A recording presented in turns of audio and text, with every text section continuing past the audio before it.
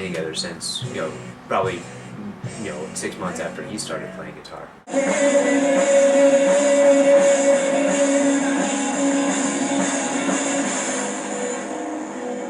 Sean just came out of nowhere when I was standing in my locker and asked me if I played, and of course I said yes, and he said, well, you should come join this thing called the Music Academy. Yeah, I had really big talent. He didn't even know he could sing at the time, right? And that all kind of evolved on its own. And he asked me to play something I had written, which I had never done for anybody. But I wish I saw the rising one. He really needed a lot of pushing to feel confident on the guitar, right? But it took a lot of time and playing with other people for him to realize that he had a really unique talent and a unique sound to grow into. And as soon as I was done, he went, all right, you're in. And he stood up and he walked away and he said, see you tomorrow. And from there, he didn't need any help at all. He just kind of ran with it.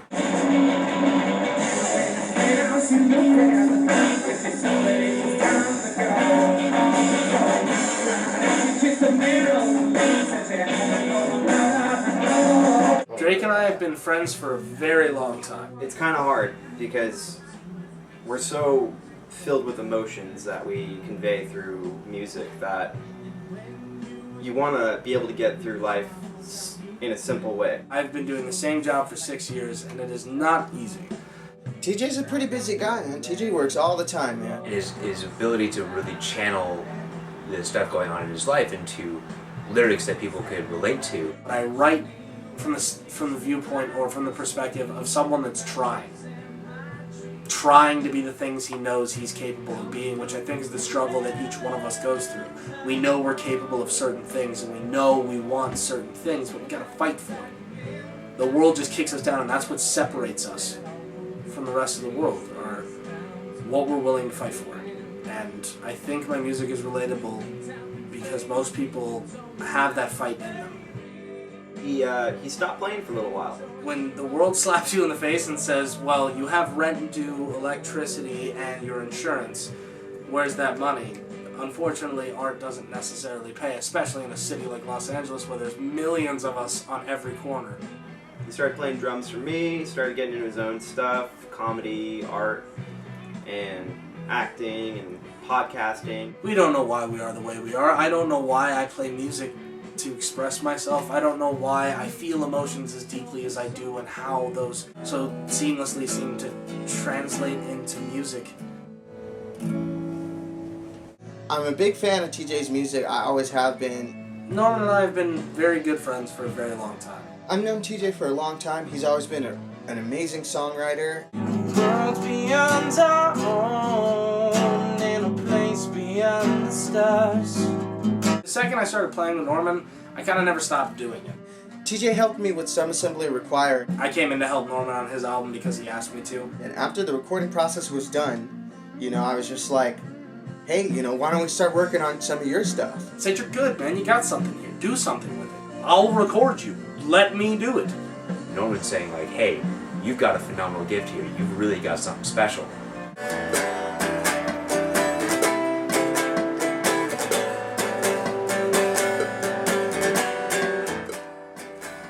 Getting back to it was a big step towards getting back to just being a happy cat again. A lot of musicians or songwriters particularly will say, well, I don't have a band, I can't put this together, right? And say, okay, well, maybe it's premature to write an album, right? But it's time. I've hounded TJ for years about recording his own stuff. Now that he's come back to it with a fresh mind, he's playing still his same style, which is these types of chord progressions that when you hear them, it is completely him. But he's got a whole new pizzazz to it. I hounded him, and then he laid down Water's Getting Rough. I want to find myself in a dream. Walking over casually. As if you had stepped off of a 40s movie screen at me. I don't believe you were meant for me. I've always been excited about the possibility of him eventually making a record. I've been coming to Norman's house to Norman's studio for years. I mean, no matter what it was. We've done live performances there with tons of people sitting around. We've done a lot of things there. So coming to his studio to record everything was kind of like coming home. Drake played on a few of the songs. He came in and recorded guitar for TJ's record. So, I mean, there was me, there was Norman, and Drake came in and did a little guitar work. It makes me super excited to see him back in the recording studio, and I can't wait to hear what comes out soon.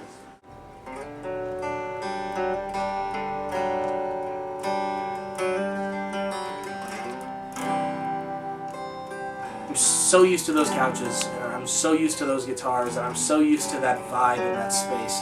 Because it's always been a vibe of progress. We've always been doing something, moving forward. It's something that Norman projects into his studio that makes you want to move forward with what you've got going on.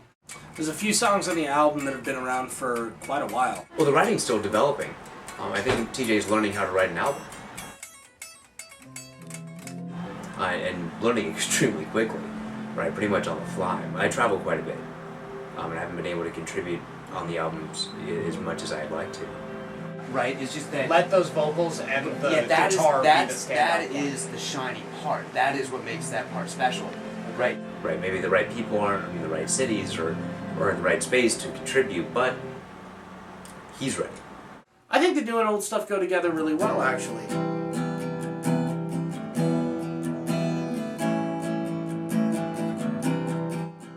You know, when he found his sound, it was much more of a gritty, bluesy type of sound.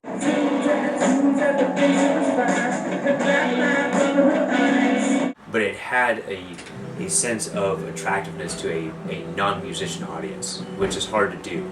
For me, when I step onto a stage, I feel normal. It's the most normal I feel. It's definitely, you know, in the right direction, in a direction that is, you know, very scary in terms of its potential success, right? It's a pretty astonishing accomplishment to record an album pretty much on your own. I only know a handful of people who, when in the recording studio, can play their own drums, their own bass, their own guitar. It gives me the ability to produce a song rather quickly. Really hit whatever the bass notes are. Yeah. Right? Well, the bass notes are difficult in that song because I'm doing something that's kind of abstract. It's really nice to hang out with everybody and to see that there's a place in the world where like-minded people are still getting together just to make art. Just to make something that your ears might like. Yeah, it's supposed to be a solid vibe. That whole end. It's like riding that train. You get the drums get them in that train and let them go like, Well, to me, like, Norman and I were talking about this the other day, is like in an album there's a point where it peaks. There's a point of a peak on the album where it's just like, boom! Like that's where your album goes, and then the last few songs kind of peter down. It's the wind down. To me, like that is that 45 seconds is the huge peak. I grew up very heavily loving Humphrey Bogart movies. I love noir films. 40s noir is my business, I don't know why. Particularly The Big Sleep with Lauren Bacall. Because I love their real-life romance and their on-screen romance. But I named the album The Big Sleep because in there lies a story of love and a story of struggle and a story of getting through things that you've never been through before. I love movies. I love 80s sci-fi movies. I have a flux capacitor tattooed on me from Back to the Future. This is what makes time travel possible. The flux capacitor. I love Indiana Jones, Star Wars, Star Trek. It doesn't really matter. I love stories being told through a visual medium because it combines everything I love. It's a visual art style while at the same time being heavily backed by music. Like the music and the ability to transform emotion via music and film is something I'm really, really interested in. Something that really catches my attention. It started with Led Zeppelin and Black Sabbath, which you can hear on like Lola. You can hear a lot of Sabbath. But then it jumps to like things like Coldplay, John Mayer. I really love early 90s music. I love Third Eye Blind, and I love Alanis Morissette. Wonderful songwriter. It's the Pixies and the Kinks are a massive influence on me. I don't know. I go everywhere from country to Delta blues to pop blues to alt rock.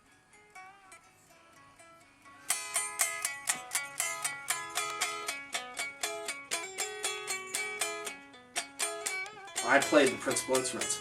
I played guitar, bass, drums. I played piano. And then Norman would step in and do some keyboards and some harmony and maybe a little glockenspiel, I don't know. The interaction between Norman and TJ in creating this album, it's almost like a partnership that has been meant to be for a long time. Norman has been able to dive into TJ's world in a way that a lot of musicians wouldn't be able to, I think. That it's actually rather difficult. I could hear what he was doing on things like St. Charles Road. Norman has immersed himself in the way that TJ thinks and the way he expresses himself. And that comes out in especially the vocals. And he did a lot of ethereal things on the keyboards, and he added in little fillers here with guitars. Dude came out of the woodwork and threw down some really heavy things here and there, which really helped give the songs a special quality. Norman pushed me in the direction of writing bigger songs. In that, right, is grown this absolutely beautiful expression and collaboration and the ability to bring different parties together without ego, entirely, right? But create something beautiful and pull things out of other artists that they didn't know they had, right? And so I think that's Norman's gift. So one day Norman tells me that he's not exactly in the headspace to work on anything that we've been working on or anything that I have new, and he's having a rough day or a rough time or whatever, and he'd like me to start working on something fresh, something brand new, which we ended up doing a lot on this album because of how well it went. I was like, let's just do something from scratch. Let's just make something from scratch. It was time to tackle what I had been trying to say this entire time with this album. And I started quick, started on piano. I started with a small idea that I had, and I kept pushing it, and I kept pushing and trying to find the right changes.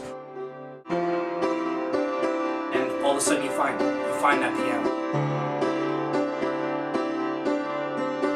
And then with bass, I'm trying to find the backbone, the structure of what I'm trying to say. And all of a sudden it fell into place.